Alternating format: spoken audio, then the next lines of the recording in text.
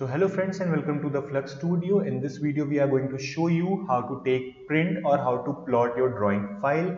So the command is Control P. After that you will have this dialog box, and in this dialog box you will have your page setup. You can have your previous plot, you can have your import settings, but I am going to select this option to show you how to take a print. After that you have to name your printer or plotter. If you are having name, if you are having printer, then you would be having name of your printer here, but what I'm going to do, I am going to convert it to PDF. So I'm going to set the paper size.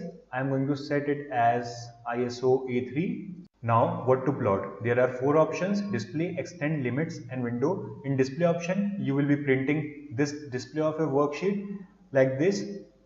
You can print your extend boundaries, you can print your limits, or you can print your window. So you have to select your window by this option. Now I'm going to print fit to paper and I will select the window. But before that, let me tell you some options of plot style. In monochrome, you will be having black and white print. In grayscale, you will be having print with grayscales. And remember friends, in grayscale, red color will be darker than the blue color.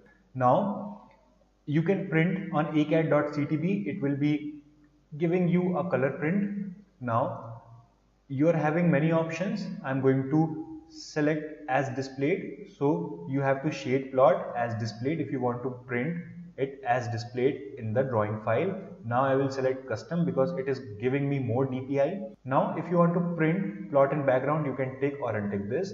If you want to plot transparency, if you are working on transparency, you can take this like this. If you want to plot stamp on, you can take and untick this. Save changes to the layout, take or untick this. Now you can select your drawing orientation by here. Right now I am going to print fit to paper. Let me show you how to print it. Select this option and select your windows from here to here. Now select the option portrait or landscape to have more stretched file or more stretched drawing. Now take a preview of it, and after that you can print from here also, or you can print from this option also. Let me show you. So here you can see the print of it. Now let me tell you, I have printed on monochrome, but there you can see door colors because this layer is made with true colors. So if you made any file or any layers with true colors, it is going to be print in monochrome also. Let me show you. In layer tab, this is my door and window option. You can see that this is made up with true colors. Now I will show you how to print on scale. Firstly, select the option of Control P. After that, select the paper size. Like if you want to select A3, then see its real size, paper size, and it is 420 cross 297 in mm. I am working in meters. So like I have to make a polyline, or I have to make a sheet with polyline in 0.297, and after that 0.420. Okay, like this you are having your original paper size. If you want to print this drawing file with the scale of 200, so you can scale it first as 200. Now you will be having this paper size of 200 scale, but you can see that this paper size is going to be more and this drawing is going to be less. So what we can do, I'm going to print it in the scale of 75.